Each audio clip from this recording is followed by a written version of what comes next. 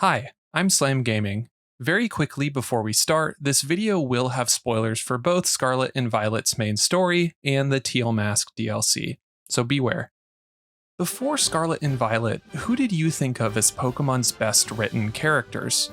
N, Getsis, Cyrus, Lusamine maybe? There's standout lines in the Pokemon games for sure, but to be honest, most of even those characters have always felt a little flat to me. Motivations are simple, straightforward. You want to be strong, you want to rule the world, you hate land? Sure, why not? To be clear, having a straightforward goal isn't a purely bad thing. For characters that are particularly driven, persistent, obsessive, these personalities fit. But when almost everyone acts that way, it loses its intensity and starts getting one-dimensional. Then Pokemon Scarlet and Violet rolled around, and things felt very different. There were still some very uninspired characters, don't get me wrong, but the main three friends, Arven, Penny, and Nemona, were unlike anything Pokemon had had before. Their motivations were complex, multifaceted even. Arven wants to save his ailing Mabostiff. Simple, familiar, relatable. Arven's Mabostiff got injured on a failed attempt to find Arven's lost parent, making Arven feel guilty and compounding his feeling of abandonment. Losing Mabostiff would be like losing his parent all over again. What? Game Freak. Where did that come from? More importantly, where has that been? Even Nemona, the seemingly most one-dimensional by far, she manages to keep you on your feet. That final battle against her in particular, the way that she handles losing, makes her so likable. Rather than being flat as a character that just likes battling, she's admirable for being someone who sticks to her guns, and she's able to appreciate everything about battling, even the losing. Even if you had problems with the performance or the gameplay of Scarlet and Violet, I really think it's hard to argue that the storytelling didn't take a huge step forward. I even think that the expressions they were able to convey in the cutscenes took a massive leap, and really made the characters feel more alive. But this is all relatively old news. What I'm interested in today is the Teal Mask DLC that just released.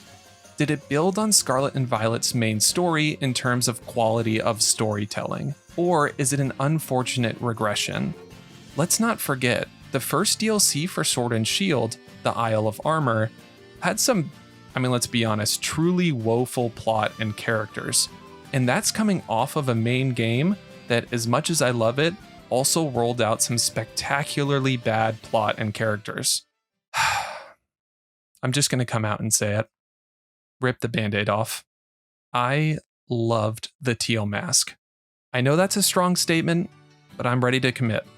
And it has basically nothing to do with the gameplay. That's pretty standard Pokemon fare. The region is also fine, it's fairly unremarkable. It's all about the characters. I loved the characters in the DLC, specifically Carmen and Kieran.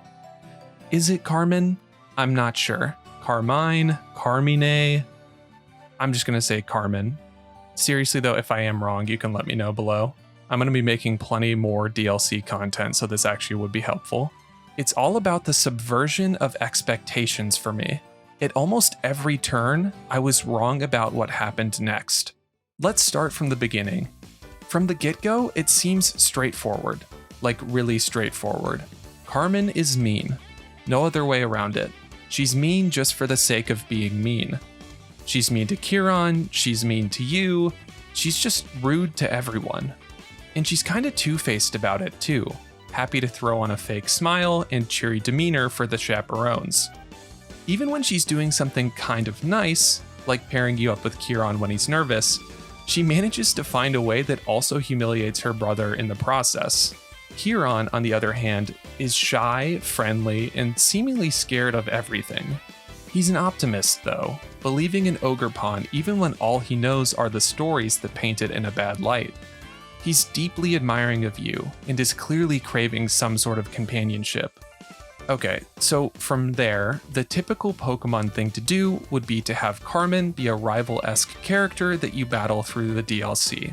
And then Kieran becomes your friend and your ally. Boom. Slap a bow on it, ship it to the Switches, profit. But that's not what happens, like at all. Kieran's the bad guy, and Carmen becomes the ally. But whatever. One twist is still pretty simple, right, Slam? But it's not just that. Not even close to just that, actually. Carmen keeps being a jerk to Kieran. You be a jerk to Kieran, and you lie to his face. Carmen can't see that her long-ingrained behavior towards Kieran is problematic. She can't even see that she has anger issues. But that also doesn't invalidate the good that she is doing, and the good intention she often has at heart. She's complicated, in other words, just like people. Kieran, meanwhile, is like something at Hershey Park, man. His development is a veritable roller coaster. That was stupid, but I'm keeping it. He's tired of Carmen's endless harassment, who wouldn't be, and then eavesdrops in on your conversation. But instead of immediate confrontation, the simpler route in terms of the storytelling, he holds on to that, internalizes it, and starts bottling everything up. His insecurities, now seemingly validated, start corrupting his sense of self. He needs to prove himself, and it becomes toxic quickly. He's obsessed with becoming stronger, with beating you. As you might expect, he doesn't handle losing well. That punch of the Loyal 3's burial site really stands out to me, even if it seems like a small touch. I feel like punching things just like never happens in Pokémon. Also, physical manifestations of frustration are pretty powerful in a series where it was either sprites on screen or generic 3D emotes before. And we're still not done with Kieran, to be clear. He partially redeems himself by helping out with Ogerpon and the Loyal 3. But then they 180 again and have him take one last tumble off the deep end. And I think it's really smart, because Pokémon is acknowledging for once that beating the bad guys doesn't magically solve all the other problems. Sure, Ogerpon is safe and happy, but Kieran still feels less than. He's still being bullied, and to be honest, we haven't even properly apologized for lying to him. He's kind of right, but he's also falling headfirst into things that are definitely wrong. He's obsessed with power for power's sake, power as a means of putting others down, like he was put down before. We see where he's wrong, but we get where he's coming from. That's basically the cornerstone of a sympathetic villain. And then ending it on a cliffhanger? I love it. I seriously think it's awesome. I love that part 1 and 2 of the DLC are so closely intertwined. It lets them have a story that really feels like it has stakes for the characters. And then, as a final note, I really think the more lighthearted personality writing is getting pretty good as well.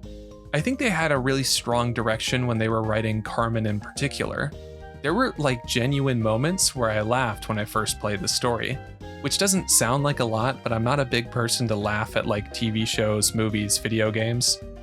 I realize too that makes me sound like a totally not fun person, but I can't help it. I'm just making the laughs count more, you know? In addition, they don't drop all of Carmen's negative qualities as soon as she becomes an ally, which I find really refreshing. Not just for Pokemon either, I just think that too often, someone who was kind of bad joins your team, and then they're like snarky, but they're not like mean anymore, or bad, or like insensitive. I don't know, I liked it, thought it was good.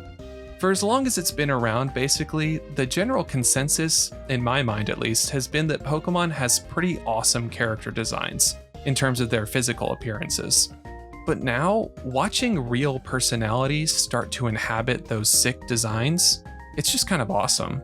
As a fan of the series, I'm super excited to see where part 2 of the DLC takes this, as well as Pokemon moving forward. I was a little down after Scarlet and Violet first came out, because I felt like the beginning of the story dragged and there were the performance issues, but I'm really genuinely excited where things are heading. What do you think though? Am I totally off the mark? Maybe. I'd love to hear your takes, leave them below. And if you enjoyed, please consider liking and subscribing. I'll continue to bring more Pokemon content, as well as more DLC content specifically. As always, have a great rest of your day. See you next time.